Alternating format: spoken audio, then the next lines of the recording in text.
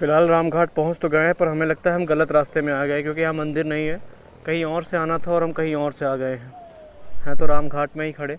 नाव वो खड़ी है, इधर ब्रिज बना हुआ है, ओवर ब्रिज, और शायद अच्छा इधर यूपी है उधर एमपी है, इधर साइड यूपी उधर साइड एमपी है। अब देखेंगे असली रास्ता वहाँ पहुँचने की कहाँ पे है, जहाँ मंदिर पे दर्शन वर्शन किया जाता है, क्योंकि यहाँ पे तो भीड़ है ही नहीं है, तो इसका मतलब जाहिर सी बात है कि हम शायद गलत जगह पे ही आए हैं। देखते हैं सही जगह कहाँ पे है जाने की। फाइनली हम लोग रामघाट पहुँच चुके हैं। अब यहाँ पे दर्शन करेंगे और उसके बाद जाएंगे फटक शिला, जो कि यहाँ से तकरीबन 2 किलोमीटर दूर है। और अभी हम जब आए थे ना, तो हम वो सामने वाले रास्ते से आए थे, वो गलत रास्ता था, हमको यहाँ से आना था, पर क्या किया जाए, अब जैसे पहुँच गए वैसे पहुँच गए। तो भैया आज तक ज़िंदगी में कभी नाव में नहीं घूमे, आज पहली बार नाव में बैठे हैं और रामघाट में है, यहाँ पे नाव है, आप यहाँ पे आके घूम सकते हैं। और आज तक इससे पहले कभी भी हम नाव में नहीं बैठे हैं। और नाव बढ़िया एकदम वीआईपी डेकोरेट करके रखी है इन लोगों ने, पूरा माला वाला लगा हुआ है, तकिया लगी हुई है, और ये इधर हम बैठे हैं, सामने भी घाट है, इधर नदी है, नदी का नाम हमें नहीं पता, भी पूछ के बताएंगे। तो पहली बार नाव का हम सफ़र करने वाले हैं, अपनी याद में तो हम आज तक नहीं गए। और इधर छोटे छोटे खरगोश भी हैं, यहाँ खरगोश भी बढ़िया भैया ने पाला हुआ है, हर नाव में एक्चुअली, सामने वाली नाव में भी खरगोश है।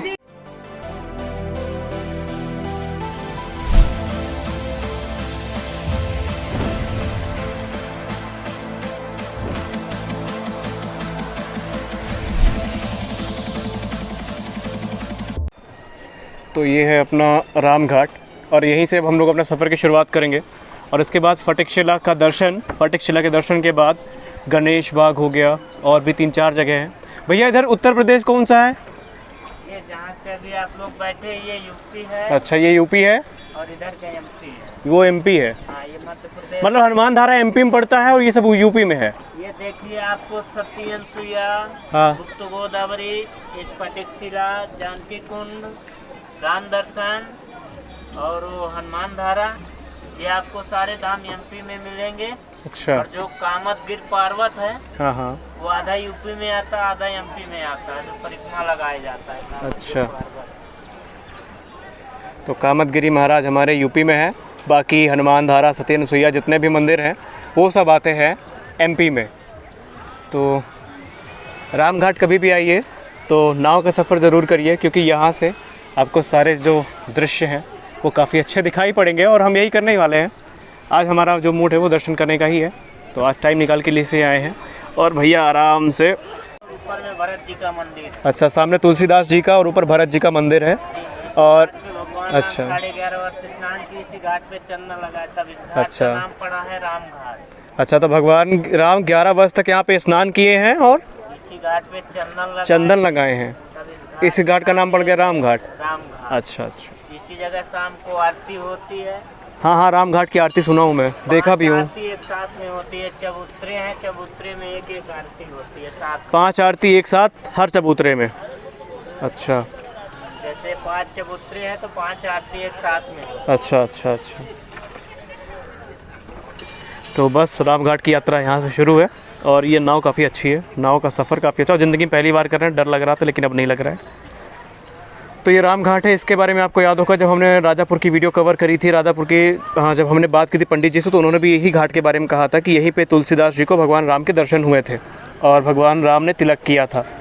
तो वो जो है सामने जो मंदिर दिख रहा है, उस जगह पे वो दर्शन दिया था और उसी जगह पे तिलक किया गया था, और ऊपर भरत जी का मंदिर है। और नाव के सफ़र की तो क्या ही बात है, बाकी उधर एमपी है, इधर यूपी है, बीच में हम हैं नाव की यात्रा में मज़ा आ रहा है। हाँ अब सही है, अब चेहरा दिखेगा। तो यही होता है, देखो सोलो ट्रैवल का मज़ा। अकेले आए थे, अकेले दर्शन कर रहे हैं, अकेले घूम रहे हैं, और इसके बाद अकेले ही निकल जाएंगे। यहाँ रास्ते में बजरंगबली की प्रतिमा मिली है, अब इनके दर्शन करेंगे, और देखें कोई मंदिर भी है शायद यहाँ पे, उनका भी दर्शन करेंगे। यहाँ पे कोई समाधि भी है, किसकी समाधि है? संकर्षण प्रणपाचार्य जी महाराज, श्री 1008।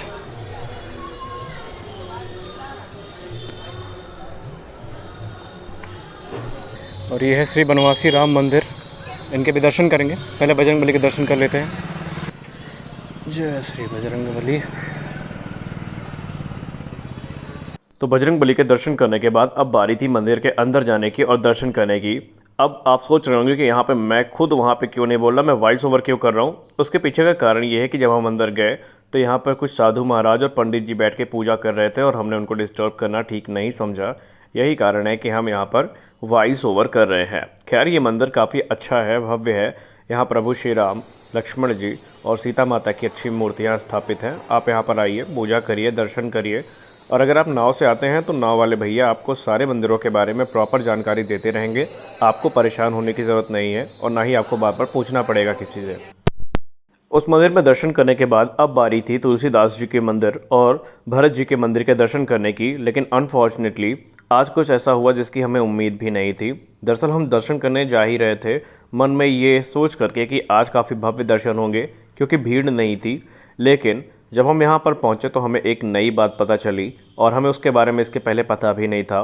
दरअसल ये मंदिर दोपहर में बंद हो जाता है और हमें इसका पता नहीं था। हम जब दर्शन करने गए और हमने देखा दरवाज़ा बंद है तो ये जो सामने पंडित जी बैठे हैं इनसे बात करने पर पता चला कि ये मंदिर सुबह और शाम को खुलता है और दोपहर में इसे बंद कर दिया जाता है। तो आए थे दर्शन करने तो अभी मंदिर बंद है, 4 बजे खुलेगा। अब 4 बजे तक तो हम यहाँ रहेंगे नहीं, चलिए फिर किसी दिन आएंगे तो दर्शन करेंगे। अभी वापस चलते हैं। तो ये वही जगह है जहाँ पे पंडित जी बात कर रहे थे भगवान श्री राम और तुलसीदास जी की मुलाकात की। तो बस वहाँ पे आ भी गए। तो अब चलते हैं वापस अपने नाव में और उसके बाद चलते हैं बाइक पे। भारत मंदिर है, भारत मंदिर बंद है तो इधर भी दर्शन मिल नहीं पाएगा, तो चलने कोई मतलब है नहीं। नाव में वापस चलते हैं, उसके बाद दूसरे डेस्टिनेशन के लिए निकलते हैं यहाँ से। मंदाकिनी, पैसुनी और गायत्री नदी का यहाँ पे संगम हुआ था। राघव प्रयाग घाट।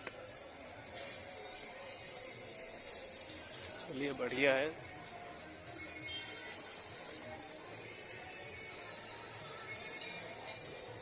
चित्रकूट के घाट पर भई संतन की भीड़, तुलसीदास चंदन घिसे तिलक करे रघुवीर। आपको हमने कल के शॉर्ट वीडियो में इस जगह के बारे में बताया था। ये वही स्थान है जहाँ पर गोस्वामी तुलसीदास जी को प्रभु श्री राम ने अपने दर्शन दिए थे। कहानी ये है कि प्रभु श्री राम ने एक राजकुमार का रूप रख के उनको दर्शन दिया था और ये दर्शन तुलसीदास जी को तब मिला जब बजरंगबली ने उनसे यहाँ पर आने को कहा था। खैर इस जगह के बारे में जितना भी मैं कहूँ उतना कम है क्योंकि ये जो स्थान है वो काफ़ी भव्य है और अगर आप शाम को आएंगे तो नज़ारा ही दूसरा होता है क्योंकि शाम को एक तरफ जहाँ श्रद्धालु ज़्यादा होते हैं तो वहीं संध्या आरती में यहाँ पर जो माहौल है वो काफ़ी भव्य होता है। खैर हमारे पास तो समय का थोड़ा अभाव था इसलिए हम शाम तक नहीं रुक पाए, लेकिन अगर आप कभी आते हैं तो आप यहाँ पर शाम तक ज़रूर रुकें। और आपको आज का व्लॉग कैसा लगा कमेंट सेक्शन में ज़रूर बताएं और अगर आप कुछ सुझाव देना चाहते हैं व्लॉग के क्षेत्र में तो आप भी ज़रूर दें क्योंकि अभी हम उतने अनुभवी नहीं हैं और हमसे गलतियां होती रहती हैं, इसलिए अगर कोई गलती हुई तो हम आपसे क्षमा प्रार्थी हैं। मिलते हैं अपने अगले वीडियो में, तब तक के लिए जय श्री राम।